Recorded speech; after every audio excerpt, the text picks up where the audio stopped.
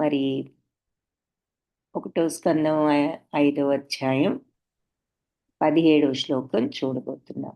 ఓం నమో భగవతే వాసుదేవాయ. ఓం నమో భగవతే వాసుదేవాయ. ఓం నమో భగవతే వాసుదేవాయ. ఓం నమో భగవతే వాసుదేవాయ. ఓం నమో భగవతే వాసుదేవాయ. ఓం నమో భగవతే వాసుదేవాయ. హరే కృష్ణ. 20 అయిపోయింది మాతాజీ. 20 హరే కృష్ణ. 20 అయిపోయింది. 21 చూడాలి Mataji. Sorry Mataji. Hare Krishna. Hare Krishna Mataji. 21. Okay, so మనం ఈ వ్యాసదేవులు ఏమని హితబోధ లాంటిది చేస్తున్నారో ఆయన యొక్క వ్యాకులత తీసివేయడానికి అది చూస్తున్నాము. ఏ రకంగా ఆయనకి తన యొక్క దుఃఖానికి కానీ ఈ వ్యాకులతకు కానీ కారణం చెప్తూ మరి చివరికి ఈ భగవంతుణ్ణి మనం పూర్తిగా ఆయన మీద కేంద్రీకరించి వ్రాయమన్న సలహాను ఇవ్వడం జరిగింది. సో మీ ఇంతకు ముందు శ్లోకాలలో ఇవన్నీ కూడా చూసాము. ఇక్కడ దీనికి ముందు 19, 20వ శ్లోకం చూడాలి. 21 20 మనం చూడవలసి. 20 కూడా అయిపోయింది. Okay, thank you. Hare Krishna, ధన్యవాదాలు. సో వ్యాసదేవుడుకి ఇంకా ఏం చెప్తున్నారంటే, మరి భక్తులు ఏదో ఒక కారణం చేత పతనం చెందినా కూడా భవబంధాల్లో భక్తుడు అనేవాడు ఏదైనా చిన్న చిన్న పొరపాట్లు ఉన్నా కూడా ఆ భవబంధం అనేది తప్పనిసరిగా ఏదో ఒకప్పుడు వస్తుంది. ఆ భవబంధాల్లో చిక్కుకోరు. కాబట్టి ఆయన యొక్క పాదాల రసాస్వాదన ఒక్కసారి చేస్తే ఆ దివ్యానుభవం మరి మళ్ళీ మళ్ళీ స్మరించడం కంటే అతను వేరేది కోరుకోడు అన్నది ఒక 19th చూశారు. 20th ఆ భగవంతుడే స్వయంగా ఈ విశ్వంలో ఉన్నాడు. ఆయనే దీనికి అయినా కూడా ఆయన దీనికి పరుడు. సో మరి సమస్తం ఆయనలోనే ఉన్నా కూడా ఆయన ఈ భౌతిక శక్తికి అతీతుడు అన్నది చూసాం. సో అంటే అన్ని నెగిటివ్స్ పాజిటివ్స్ అనుకున్నా కూడా ప్రతిదీ భగవంతుల్లోనే లేనిది ఏది కూడా లేదు. సమస్తము భగవత్ శక్తియే. కానీ భగవంతుడి ప్రత్యేకత ఏమిటి అంటే ఆ నెగిటివ్ ఫోర్సెస్కి మరి అంటే నెగిటివ్ అంటే నెగిటివ్ కాదు, ఆయన ఎక్స్టర్నల్ ఎనర్జీ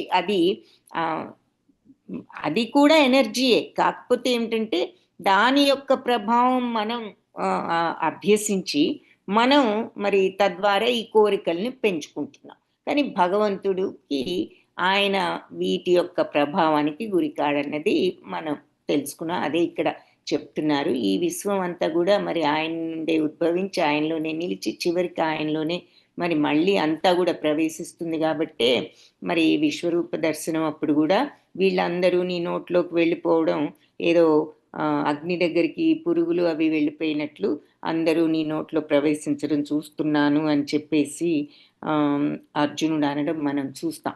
సో అలా అన్నీ కూడా చివరికి మరి ఆయనలోనే ప్రవేశిస్తాయి. ఇదంతా కూడా నీకు తెలిసినా కూడా నేనేదో ఊరికినే నీకు సూచనగా చెప్తున్నాను, నీకు తెలియదని కాదు అంటూ ఆయన మళ్ళీ అంటే 2 రకాలుగా వ్యాసదేవుడి మీద శిష్యుడైనప్పటికీ గౌరవం, అన్నీ తెలిసిన వాడు అని తెలుసు ఆయనకు. కాబట్టి అలా సున్నితంగా చెప్పడం జరిగింది.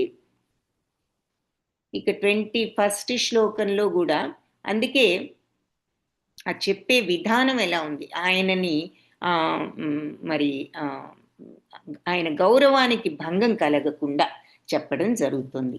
ఇక 21వ శ్లోకంలో త్వమాత్మానాత్మనమవేహ్యమోఘదృక్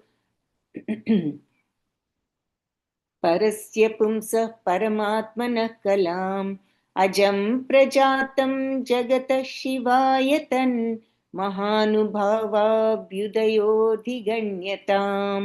సో నీవు మరి త్వం ఆత్మ, నువ్వు స్వయంగా ఆత్మవు, ఆత్మానం అంటే పరమాత్మ నువ్వు అన్వేషించగలవు. అంటే నువ్వేమీ మామూలు వాడివి కాదు, ఎంతో అమోఘమైనటువంటి దృష్టి ఉన్నవాడివి. అమోఘ దృక్ అంటున్నారు. సో నీకు కంప్లీట్ పూర్ణ దృష్టి ఉన్నది, అమోఘమైన దృష్టి ఉన్నది. భగవంతుడి అంశ కారణంగా నీవు స్వయంగా ఆ భగవతత్వాన్ని తెలిసి ఉన్నావు. నువ్వు ఎవరివో కాదు, స్వయంగా భగవద్ అంశవే. అందుకని నీకు ఆ భగవతత్వం తెలుసు. జన్మరహితుడు అంటే నీకు పుట్టుకలేని వాడివి అయినా కూడా జనుల కళ్యాణం కోసం నువ్వు ఈ రకంగా భూమి మీద నువ్వు అవతరించడం జరిగింది. కాబట్టి దయచేసి ఈ భగవంతుడి లీలల్ని నీవు విపులంగా వర్ణించు అని చెప్పి ఇక్కడ నీవే భగవంతుడు అన్న మాట కూడా ఆయన అని, ఆ తరువాత మరి లోక కళ్యాణం కోసం నీవు అవతరించావు కాబట్టి ఈ రకంగా నీవు భగవత్ లీలల్ని విపులంగా వర్ణించు. మరి నీ భగవంతుడు కాబట్టే, నువ్వు ఇంత జ్ఞానం ఉన్నది కాబట్టే నువ్వు ఈ వేదాలు ఇవన్నీ కూడా సమస్త ప్రజలకు అందించావు. కానీ నీవిప్పుడు భగవంతుడి యొక్క దివ్యలీలల్ని వర్ణించు. ఆ భగవంతుడి యొక్క తత్వం నీకు తెలుసు కాబట్టి, ఎందుకంటే నువ్వు ఆ భగవంతుడు అంశవే కాబట్టి. నువ్వు సామాన్యుడు కాదు, నీవు అమోఘ దృష్టి ఉన్నవాడివి, భగవద్దంశవు. ఆ భగవతత్వాన్ని తద్వారా భగవతత్వాన్ని ఎరిగిన వాడివి కాబట్టి నీవు జనులందరి కళ్యాణం కోసం, లోక కళ్యాణం కోసం నీవు ఈ భూమి మీద అవతరించినందుకు నీవు ఈ భగవాని యొక్క లీలలన్నిటినీ కూడా నువ్వు విపులంగా వర్ణించు. ఎందుకు అంటే నీకు ఆయన తత్వం కూడా నీకు తెలుసు, ఎందుకంటే నువ్వు ఆయన అంశవే కాబట్టి అని చెప్పి ఈ శ్లోకంలో ఇంకా మరి వినయంగా ఒక రకమైనటువంటి భక్తితో కూడా ఈ మాటలు ఆయన పలకడం, అన్నీ తెలిసినటువంటి నారద మహర్షి ఉన్నది ఉన్నట్లుగా చెప్పడం జరిగింది. త్వం ఆత్మాన అంటే నీవు స్వయంగా ఆత్మానం పరమాత్మను అన్వేషించగలవు. అవేహి ఎందుకంటే అంటే నువ్వు పరమాత్మను తెలుసుకోగలవు అని అర్థం. అమోఘ దృక్ మరి ఇలా అమోఘ దృష్టి, పూర్ణ దృష్టి ఉన్నవాడివి. పరస్య పుంస అంటే పరతత్వం యొక్క ఆ భగవంతుడు, భగవానుడి యొక్క పరమాత్మన కలాం ఆయన అంశవు నీవు. అజం పుట్టుకలేని వాడివి. ప్రజాతం మరి అంటే జన్మించావు. ఎందుకు అంటే అవతరించావు నువ్వు కూడా. ఎందుకు? జగత శివాయతన్ అంటే అది జగత్ కళ్యాణం కోసం నీవు అవతరించావు. మహానుభావ అంటే ఆ భగవంతుడి మహానుభావుడు అని చెప్పి అంటున్నారు. మహానుభావ అంటే దేవదేవుడైన భగవంతుడి యొక్క అభ్యుదయం, ఆయన యొక్క లీలలను అధిగణ్యత అంటే విపులంగా గణించు అంటే వర్ణించు, పొగుడుతూ వర్ణించు అని అర్థం అన్నమాట. సో అధిగణ్యత భగవద్లీలలను నీవు విపులంగా నువ్వు ఆయన లీలల్ని వర్ణించు అని చెప్పి ఈ రకంగా ఆయనకు సలహా ఇవ్వడమే కాకుండా ఆయనను అభ్యర్థిస్తూ ఒకలాంటి ప్రార్థనాభావంతో కూడా ఈ మాటలన్నీ అన్నారు అని మనం అర్థం చేసుకోవచ్చు. సో స్వయంగా మరి భగవంతుడి శక్త్యావేశ అవతారం కాబట్టి వ్యాసదేవుడు అది నారద మహామునికి తెలుసు కాబట్టే ఆయన ఈ రకంగా చెప్పడం జరిగింది. మరి ఆయన భగవదంశ అంటే మనందరికీ ఒక డౌట్ రావచ్చు, మనందరం కూడా భగవంతుడి అంశే కదా అని చెప్పి. ఆ రకంగా మరి మనందరం భగవద్ అంశలమే.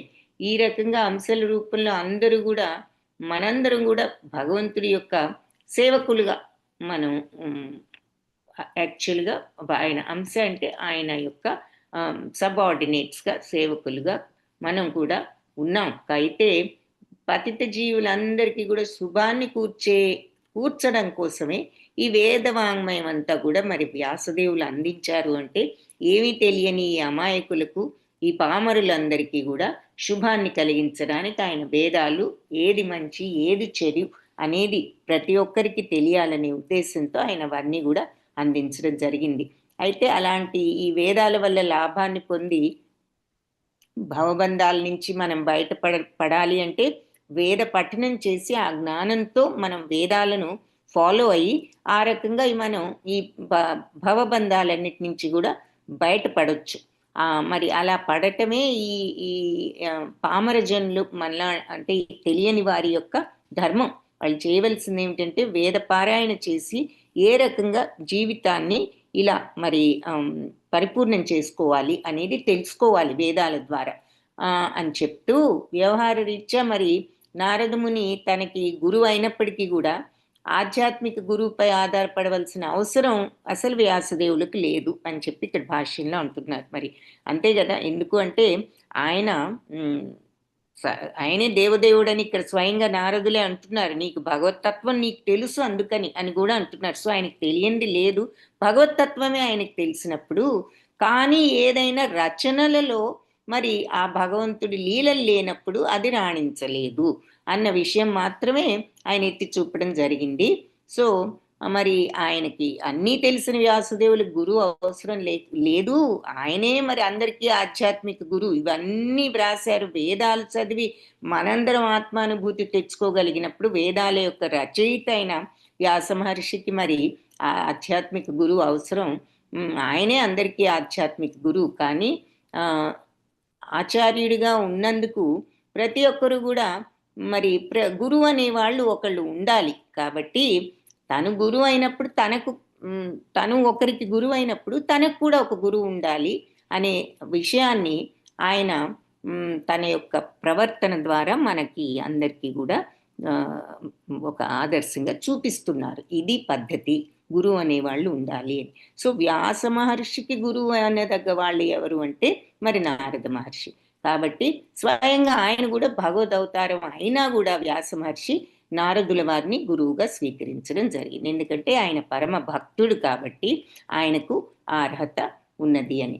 సో శ్రీకృష్ణుడేమిటి, శ్రీరాముడేమిటి, చైతన్య మహాప్రభు ఏమిటి, వీళ్ళంతా కూడా మరి దివ్యత్వం కారణంగా వాళ్ళు జ్ఞానపూర్ణులు అయినప్పటికీ కూడా మరి ఈ గురు పద్ధతిలో, ఆచార పద్ధతిలో వాళ్ళందరూ కూడా ఆధ్యాత్మిక గురువుల్ని స్వీకరించారు అని చెప్పి చెప్తున్నారు కదా. మరి శ్రీకృష్ణుడు సాందీపని ముని దగ్గర, మరి అలాగే రామచంద్రుడు ఆయనకి, మరి వీళ్ళంతా వాసిష్ఠులేమో వాళ్ళ ఆస్థాన గురువులైతే, మళ్ళీ ఆయన చిన్నప్పుడు ఇంకా వీళ్ళందరి వెంట వెళ్ళి ఇంకెంతో మంది మునులందరి దగ్గర ఆయన మరి గురువులుగా ఉన్నారు. అలాగే చైతన్య మహాప్రభు ఆయనకి ఈశ్వరపురి గురువుగా ఉన్నారు. సో ఈ విధంగా జనులందరూ కూడా వాళ్ళ మరి అందరినీ తన పాదాల దగ్గరికి చేర్చుకోవడానికే భగవంతుడు వ్యాసదేవుడు అవతారంలో ఇలా ఈ దివ్య లీలలను రచించడం జరిగింది అని చెప్పి చివరికి మనకి ఇక్కడ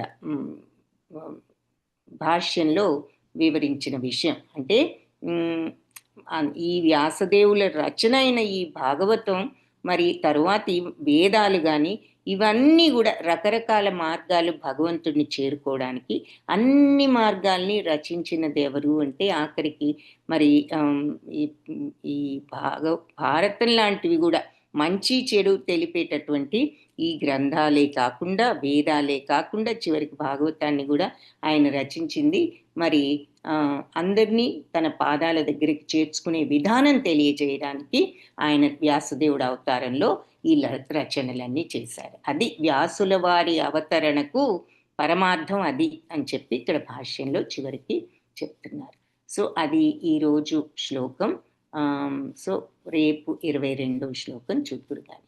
వాంఛాకల్పతరుభ్యశ్చ కృపా సింధుభ్య ఏవ చ పతితానాం పావనేభ్యో వైష్ణవేభ్యో నమో నమః. హరే కృష్ణ. అందరికీ ధన్యవాదాలు, ప్రణామాలు.